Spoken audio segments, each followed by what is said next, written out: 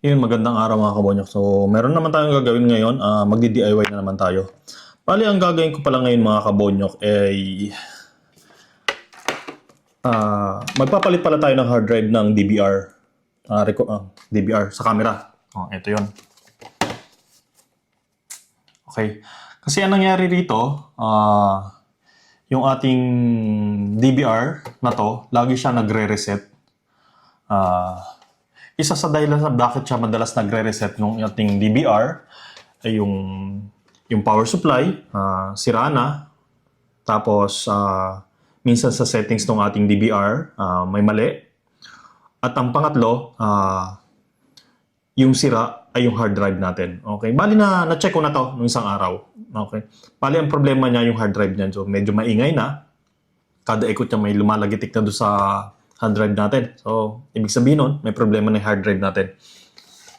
Kaya, papalitan na natin siya. Bale, hindi naman tayo basta-basta nagpapalit din ng hard drive. Kailangan natin is para din sa camera. Ayun. Bali, kabibili ko lang. Bali, ano to? 3,600 plus NT.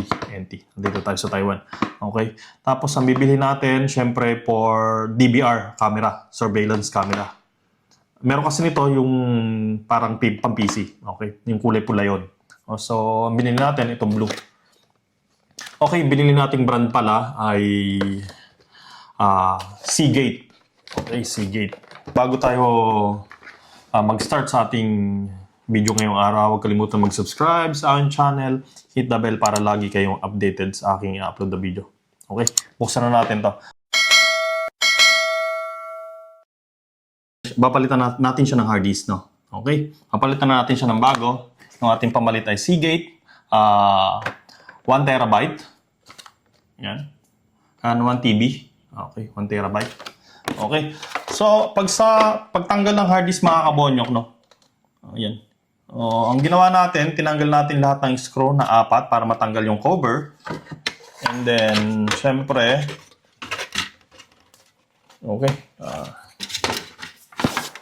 Ito na yung hard disk natin na papalitan. Bali, yung hard disk natin ay ang nakalagay dito is 4 TB, no? Okay, pinalitan lang natin ng 1 TB. Okay? Okay, syempre, pagtatanggalin natin yan, power niya, and then yung SATA cable. Yung nakalagay sa kanya na brand na HDD, Toshiba. Okay. Tapos papalitan natin siya ng Seagate. Then, ipwesto natin yung hard drive. Tapos yung mga screw, syempre, huwag nyo kalimutan.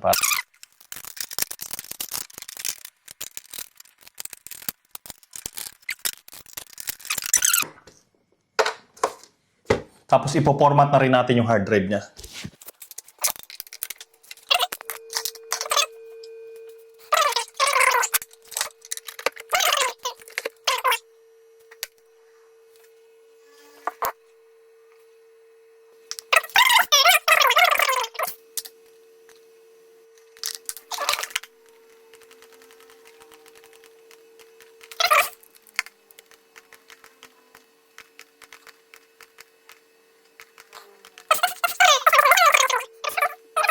Okay. So, ang mangyayari, nakikita nyo dito, yung ating hard drive is naka-red yan. Ibig sabihin niya, hindi pa yan naka-format. Ipo-format natin siya, no? Okay. Yan, nakikita nyo, nakalagay is unformat. Okay? Format natin to, mga kabonyok. Ano? Yan. Unformat. Okay? Ang gagawin natin, punta tayo sa settings. Setup natin siya. Tapos password.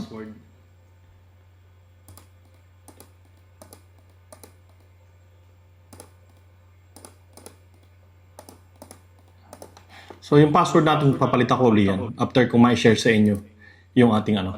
So punta tayo ng system. First device. Yan, nakikita nyo to. Unformat. Ipo-format natin yan mga kabonyok. Yan.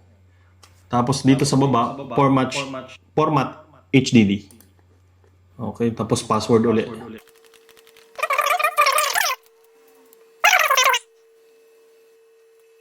96%. Okay, format complete. And then, tingnan natin kung nagre-record yung ating DVR ngayon. Yan. Nakalagay na sa state niya is normal. Okay. So, exit tayo.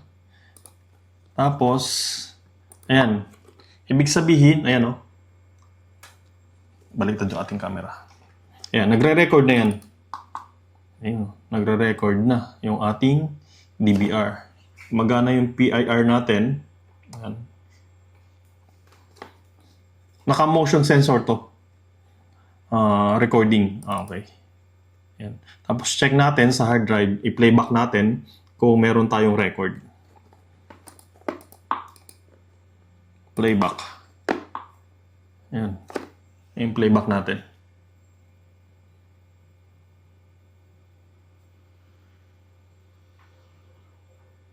Ayan na. Okay na. Okay na tayo mga kabonyok. Ganun lang kadali magpalit ng hard drive sa DVR.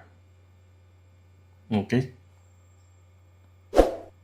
So, syempre bago mag-end yung ating DIY project na naman mga kabonyok, huwag kalimutan mag-subscribe sa aking channel.